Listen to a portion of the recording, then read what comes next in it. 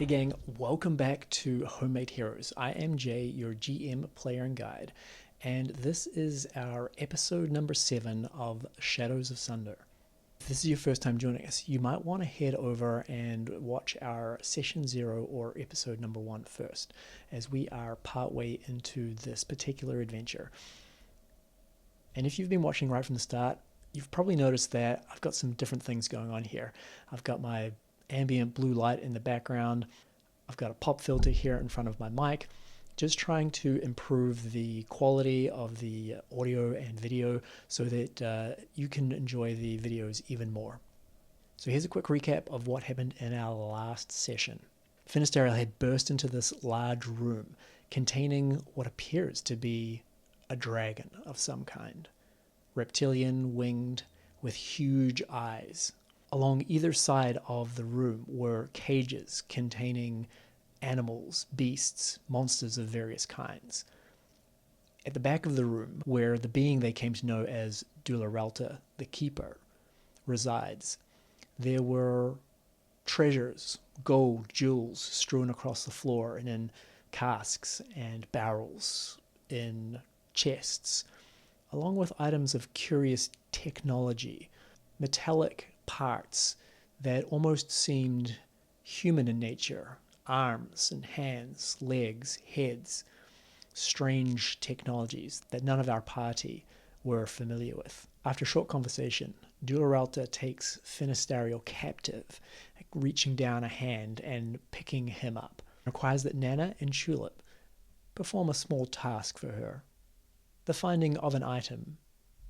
Nothing of particular value, of course, but something that she isn't able to access herself. You might notice that I've started using a female pronoun for Dularalta, and while I think I didn't refer to her as her in the previous episode, it's become clear to me that Dularalta is in fact a female.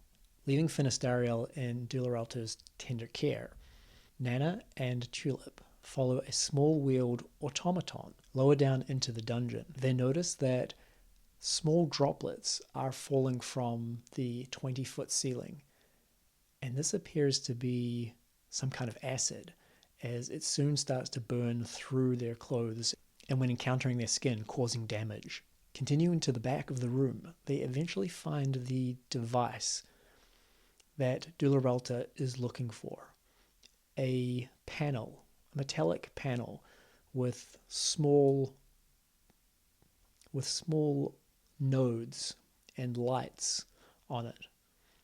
They manage to get it off the wall where it is attached. But upon doing this, Tulip drops to the ground, succumbing to wounds from the acid rain that she seems to have been ignoring. Nanna manages to catch the torch before it falls to the ground and is potentially extinguished, but has difficulty reviving Tulip, and in fact, while she's able to make her stable, isn't able to bring her back to consciousness. At this point, I rolled a 1 on our random encounter die, which means that some kind of danger approaches through the gloom. And while we ended on that cliffhanger, we're going to start off this session back up in the large room that Dularalta and Finistarial are in. After all, Dularalta has promised to reveal some information about that topic that Finistarial holds so dear.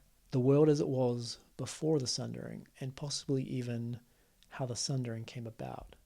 Back on his own feet, Finistarial looks at Dularalta's face.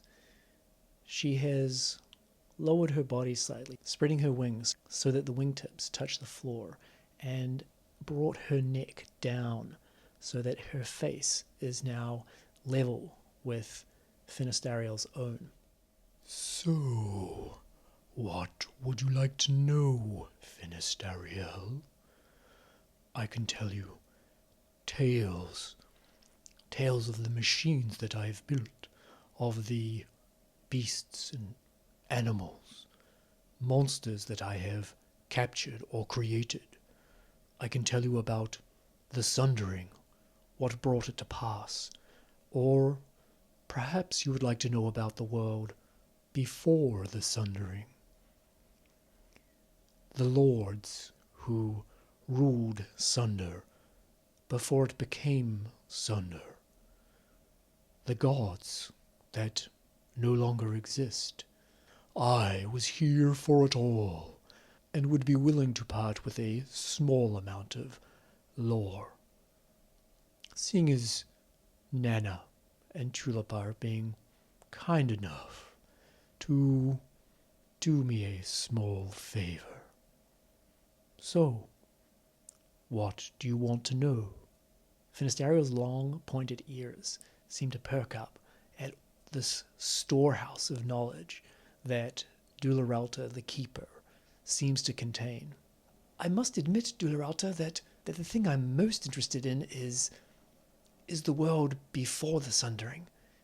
I would love to learn about the Lords and what it was like before the cataclysm that tore our world apart. I don't know if we have time before Nanna and Tulip get back, but please tell me all you can. Very well, Finistarial. I will tell you what I can in the time that we have. Dularalta proceeds to tell Finistarial about the technological society that had ruled over much of the world of Sunder prior to the cataclysm. She explains that the Ebon Rift, that gaping chasm that lies not too far from the edge of Hast, wraps around the world's entire equator and is the center from which the Dark Lords ruled. As I haven't built out a lot of lore for this world, what I'm thinking about doing is rolling on some tables in Shadowdark to see if we can build out some more information about the world that Dularalta is sharing with Finistarial. In my mind, the previous overlords of Sunder were either of an undead nature or perhaps a demonic or abyssal nature. And because there isn't a table in Shadowdark that I think would allow me to figure out exactly the nature of these overlords, I'm instead going to roll a d6. I'm going to designate odd numbers as undead and even numbers as demonic or abyssal. And I'm going to roll that to decide on the nature of these overlords, which is information that Dularalta would be sharing with Finistarial, I believe. Here we go. That is a 2. Dularalta explains that the Dark Lords of Sunder were in fact invaders from another plane. They were inhabitants of the Abyss, or some kind of infernal realm. And thousands of years ago, they had come to Sunder and built the Rift and built up their power, eventually warring with the gods, which led to the Sundering and the cataclysm that destroyed much of Sunder. Now that we've established one of the key pieces of information that Finistarial is likely to learn from Dularalta, let's go back and see what is happening with Nanna and Tulip in the dungeon below, where acid rain continues to fall upon them and something approaches. Nanna stands over the top of Tulip, having stabilized her, but been unable to bring her back to consciousness. Off in the dark, something moves. Let's see if Nanna hears what's coming. So we'll roll a d20. That is a 14. 14 plus Nanna's wisdom is 0, so that's a total of 14. Now let's roll a stealth check for whatever it is that's out there. Now, I'm blanking a little bit on Shadowdark's rules, but I'm going to roll this with advantage for the creature that's in the dark. As monsters in Shadowdark typically are able to see in the dark or sense in the dark very acutely, so it makes sense that they would have advantage on this stealth check.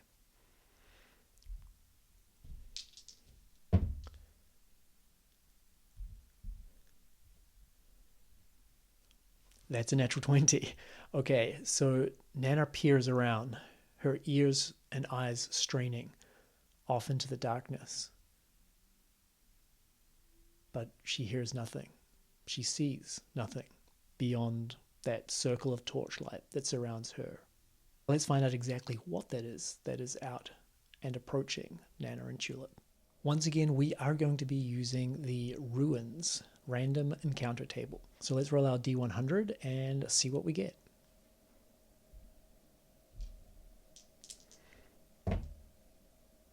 That's a 31.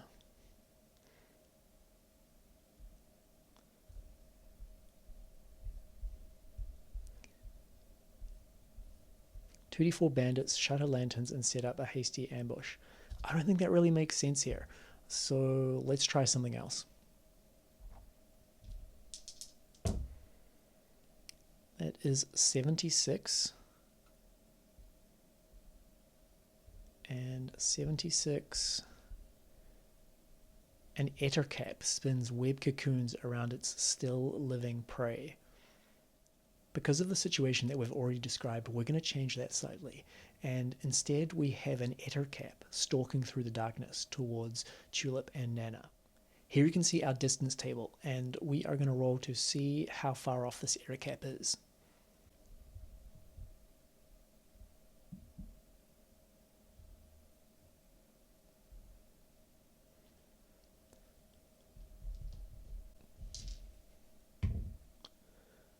Another 2. Okay, that means that it is near.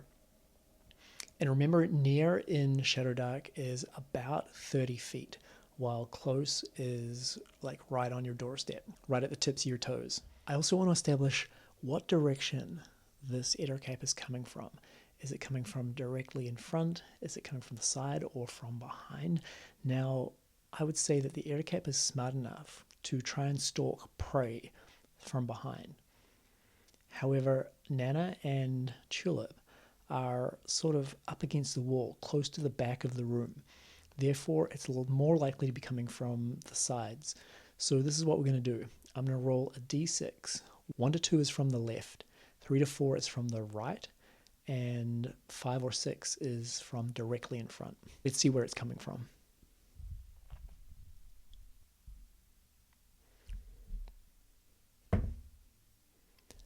Four. That means it's coming from the right-hand side, which tracks. In Shadowdark, torches light a distance of near, so that's up to 30 feet in every direction. Therefore, I am going to draw a circle around our characters.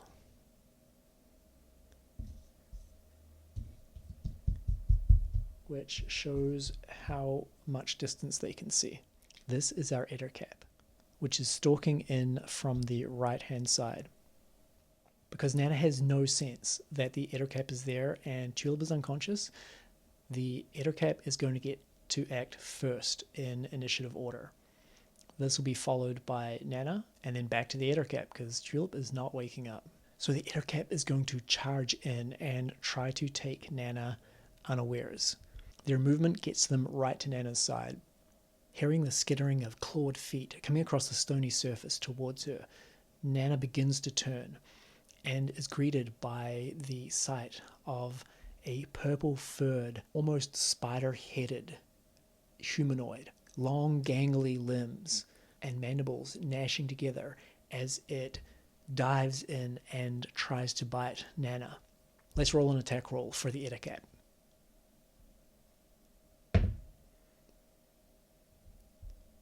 That is an 11. Nanna's AC is 14, so that fails to hit. They get 2 attacks, so they're going to bite again.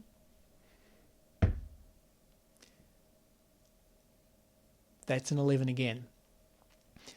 So another miss. Nanna, holding onto her hammer, dodges out of the way of these bites coming left and right from the ettercap, and she quickly readies her hammer to strike back.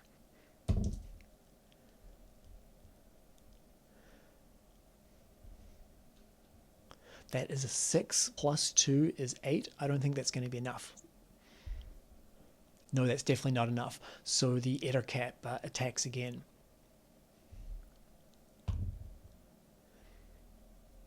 That is a 10, still not enough. It's a 10 plus 2, so 12 total. The other ones would have been 13 total. So the ettercap bites one more time. 11 again. 11 plus 2, 13. Okay, that doesn't hit. So Nanna's just going to try and hit with her warhammer again. As she does so, let's see if she also hears anything outside of the battle that's taking place right in front of her. So this is a roll, a wisdom check to see if she hears anything. That is a 9, so doesn't seem to be anything going on. And now her attack roll. Natural 20, awesome. Okay, amazing. Nanna brings up her hammer overhead and just thunders it down on top of the Ettercap's head. So we're going to roll the d10 twice, and then we're going to add her strength modifier, which is +2, and she has another +1 that she got during character creation.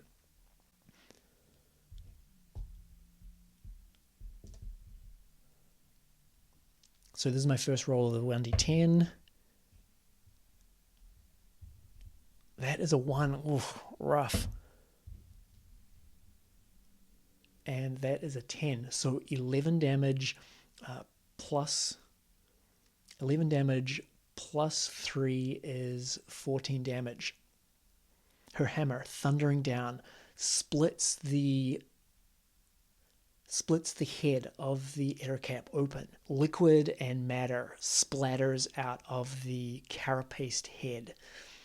The figure wobbles slightly in front of her and then falls back.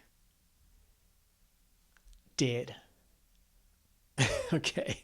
All right. That was something. I thought Nanna was done for there. Ettercap is not a monster to trifle with when you're playing solo Shadowdark and one of your PCs has got 2 hit points left. That could have gone really wrong really fast. But you know what I keep forgetting to do is to use the luck tokens. And when I'm failing those attack rolls, the luck token would actually allow me to roll again. I keep forgetting that. Something I've got to remind myself of in the future. But let's see if there is any treasure on this Ettercap. And the way I'm going to do that is I'm going to roll my d6 again. Odd numbers will be, yes, there is treasure. Even numbers will be, no, there is not treasure.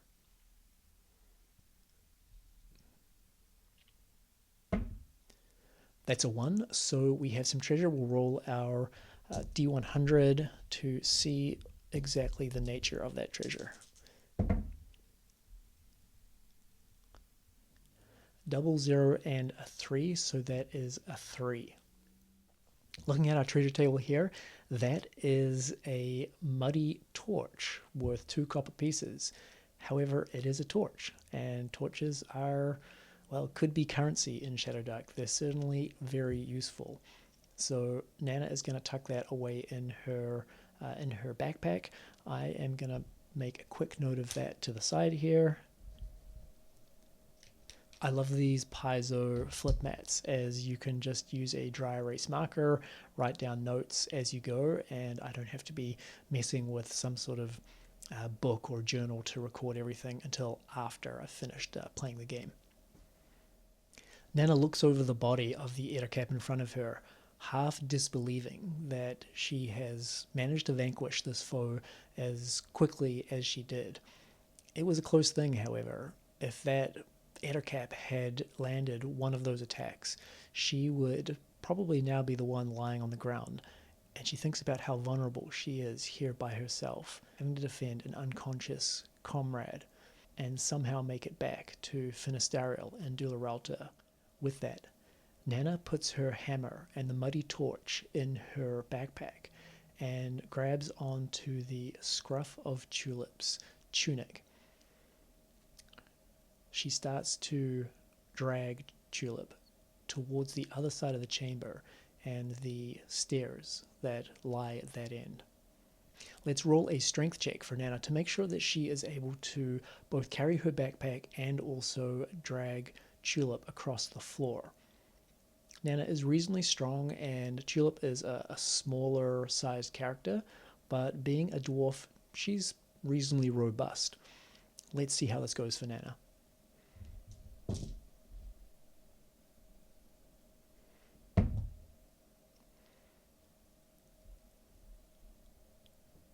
That is a 12. So a 12 plus 2, which is Nanna's strength modifier, gives her a 14. I'm going to say that she's able to do it. She's not able to do it quickly, but she's able to drag Tulip across the floor to the other side. As I'm guessing it's been another 5 rounds since we rolled that constitution check, let's roll it again for both Nanna and Tulip to see if they take any more damage from the acid that is dripping from the ceiling.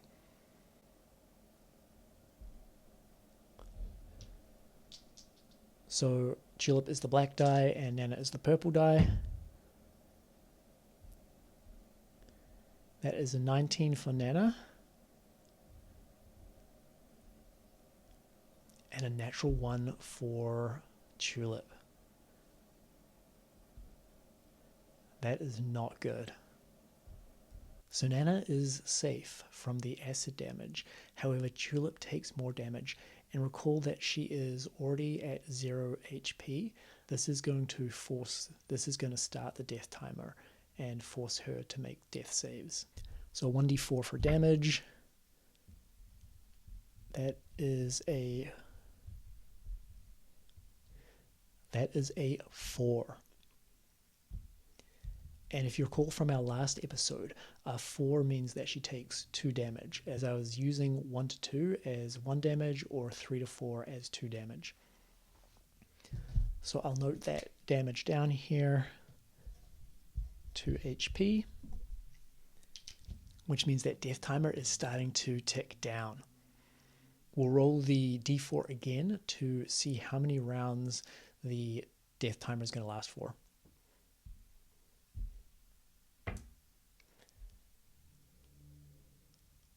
That is a 2.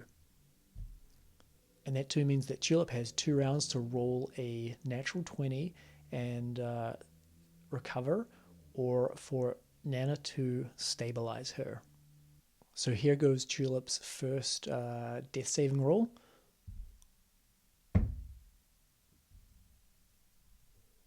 That's a 19, pretty close, but not enough. Let's roll the check to see whether Nanna is able to stabilize her. And remember, the DC for this is 15. That is a 7, so not enough. Nanna's going to continue to pull Tulip towards the door.